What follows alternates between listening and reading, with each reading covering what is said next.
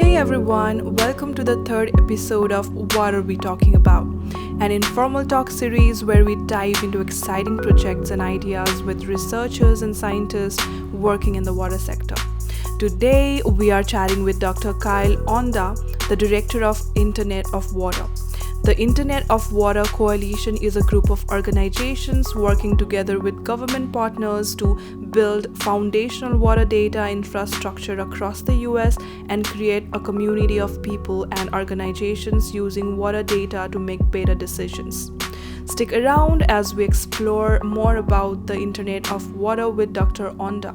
We had the pleasure of discussing this with him at the Water Science Conference 2024 in St. Paul, Minnesota. Yeah, yesterday at the first day in this conference, Water Science Conference, we hear many people talking about Internet of Water, and we have like several sessions and workshops dedicated to that. So it looks quite interesting. Can you tell me what is Internet of Water actually? Sure. So the vision of the Internet of Water is essentially an information environment where people and organizations that are collecting and publishing water data do so such that that data is fair, right? It's findable, accessible, interoperable, and reusable. Using sets of common standards, both for data semantics, as well as kind of web exchange and data on the web publication practices. So that's the overall vision. The idea being it should be as simple to Google information about the water quantity and quality and use in your area, in your neighborhood, whatever, as it is to find, restaurants and movie times and stuff. Yeah, so I am from Nepal, a kind of data scarce region, and what we usually imagine as countries like United States, like the Western world, they already have some good database and database management system. So what is the problem there, and what is the gap over there that you are trying to solve? So, there are plenty of places in the US that don't have instrumentation either, right? I don't like the developing country concept. It is a continuum. Leaving gaps in instrumentation aside, water data in the United States is quite fragmented, right? You know about USGS and NOAA that have these large centralized databases, but really almost every state and local government has multiple entities within it that are collecting and publishing water data. It's just that you can't find it, you don't know where it is ahead of time.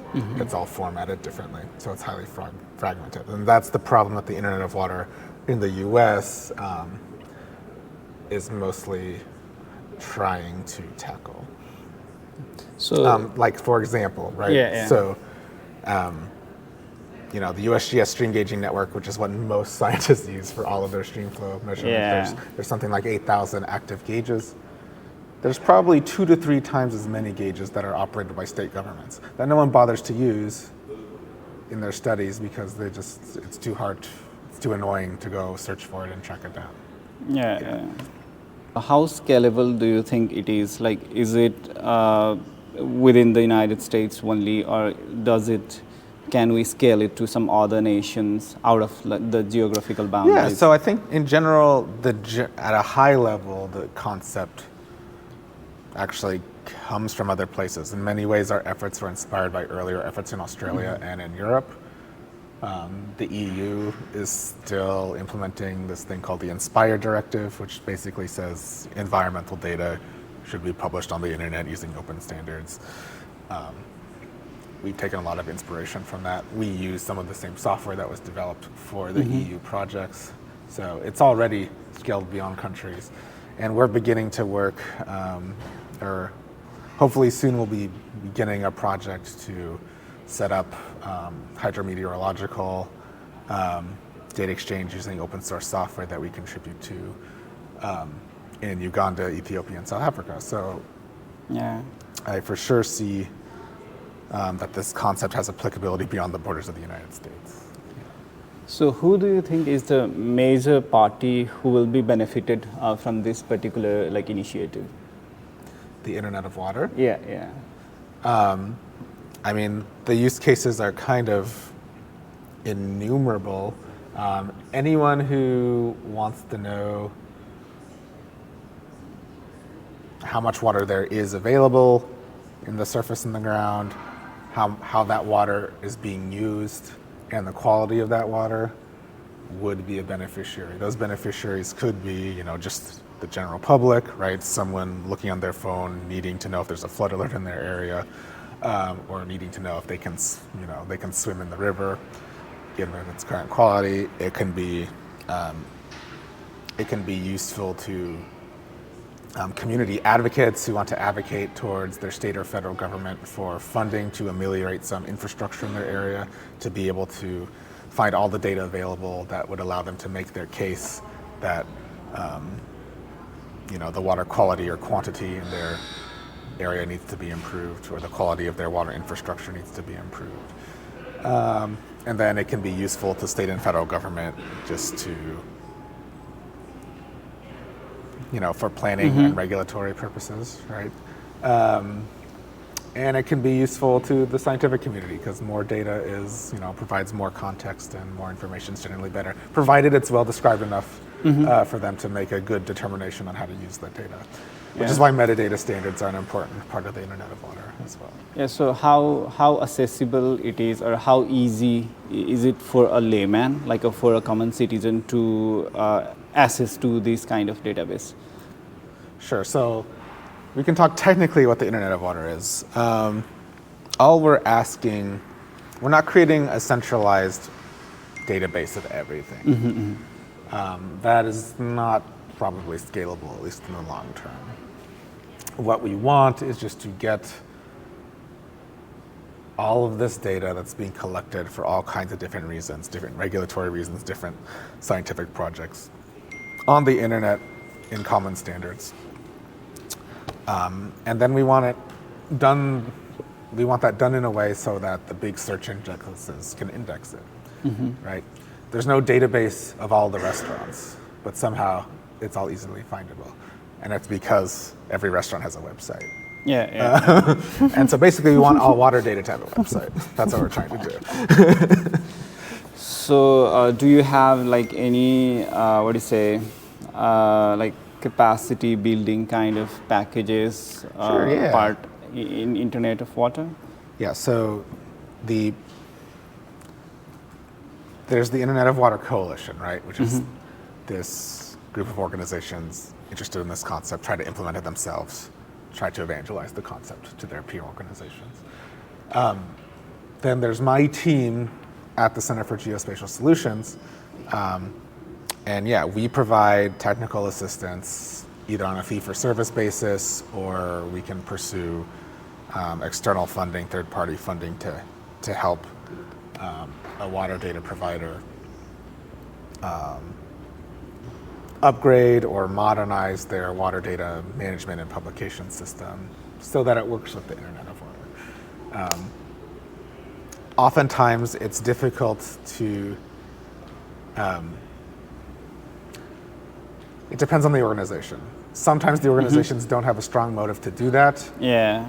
Right. So what we can also do at the Center for Geospatial Solutions specifically is we can work with them to solve an actual problem, right? To build some dashboard or some data product that solves a problem, but to do so in a way that involves organizing their water data and publishing it in common standards. So we leave them behind this data infrastructure in addition to the tool that can be used to build, more tools in the future. Yeah. Let's come back to this conference. So how do you think it went, yesterday's sessions and workshops? Yeah, so this conference, the specific AGU Waterside Conference, is a really cool, unique audience because you get people from the academic community as well as people from kind of the government community together. And it's an interesting overlap of the science folks and the practitioners. And the workshops we've convened so far, I think, have gotten a lot of organizations that have great water data management or publication or analysis tools to show off their work, and so that all these scientists or government folks can see like, oh, this could help me, this could solve my problem. And a lot of the projects are open source, which means they are accessible, at least in terms of the cost of acquisition. So I think we've had some great convening so far, and we still have a poster session and another workshop to go. So Yeah. So what were your expectation as a team when you plan to convene this particular workshop and session at this particular conference? yeah, so we wanted to show off what we've done collectively in the Internet Water Coalition. So USGS showing off its tools, EPA its tools, Texas and New Mexico showing off things they've done. To spread the word. We believe it's useful. We believe it can solve people's problems. So part of it's just spreading the word about it. It also serves a function of inspiring other organizations that maybe publish water data to do so in similar ways, and perhaps use those tools to make it easier for them. And finally, get the implementing organizations themselves to talk and learn from each other, to learn like, oh, this kind of approach, this specific software, even down to the specifics. So this specific software library might be useful for us in our own projects. So there's a lot of mutual learning that can happen, and that's really great as well. Yeah, so till now, so do you think the participation or involvement from government side is satisfactory in your sessions or overall conference here? I've seen good engagement from, USGS has sent a lot of people, EPA has sent a lot of people, Reclamation, which is the largest water manager in the Western US, has sent folks, more involvement is always better. Yeah. Is it perfect? I mean, nothing's ever perfect, but I've been excited by the kind of engagement I've seen here so far. Yeah. So I have last few very broad questions that I always used to ask whenever I go to conferences. So at the moment, what do you think is the most significant challenge that our generation is facing? Broadly? Yeah, you can talk about anything, but yeah. Oh, I think it's climate change, and climate change is the challenge, and then an associated challenge is our institutional capacity to address that challenge. Things are changing. The old ways of doing things in terms of natural resource management, in terms of infrastructure development and management, are not going to cut it, probably. So I think that's our biggest social challenge. Yeah, so how do you think your initiative, the IOW initiative, is helping us to address or at least minimize some consequences of the challenge that you just mentioned?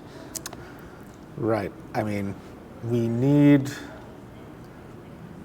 the key point of the Internet of Water is to really to improve the availability and accessibility of information about our water resources to the folks who need to deliberate and make decisions about it. Better data doesn't guarantee better decisions, but it's probably a necessary precondition, and that's, I think, what we're addressing. Yeah, I think looking at your profile, so I checked your profile from different sites, so it looked quite interesting for me, the diverse experience you have. So what would be a suggestion to a student, maybe an undergrad student or graduate student who are trying to focus on this specific field? So what would be a suggestion for them? This specific field? Yeah, maybe someone who is working or who wants to work in water or something, yeah. I mean, I think the key is to, and what I did was take every opportunity you can, you know, to learn from the folks you have access to. It can be your peers, but you know, if there's professors offering research assistantships that are related to something you're interested in, like, don't be shy. Talk to them, ask them about it. My whole career was launched essentially because I got a research assistantship. That was basically surveying rural water utility managers in Senegal. And that was a very civil engineering focused thing, but that's what got me into data management. And you just don't know where life can take you, but you have to be open to opportunities and take at least some of them. Yeah, that's cool.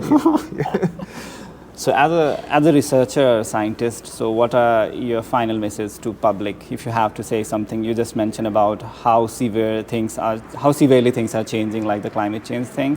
So what would you say to the public if you have something to share? I think the overall lesson I'd like to impart is an ethic of caring about each other. At a very broad sense, we should care about each other. And I can narrow it down, like specifically with data management. When you're collecting data, think about who else that might be useful for, and think about the little bit of effort you can make to make your data more usable to people that aren't just yourself. And you know, take a look at the Internet of Water website for ways that we think you can help others do that. Yeah, I will definitely put the link of your website and associated links here. Yeah, thank you. Thank you for joining me today. Thank you. It's been a pleasure.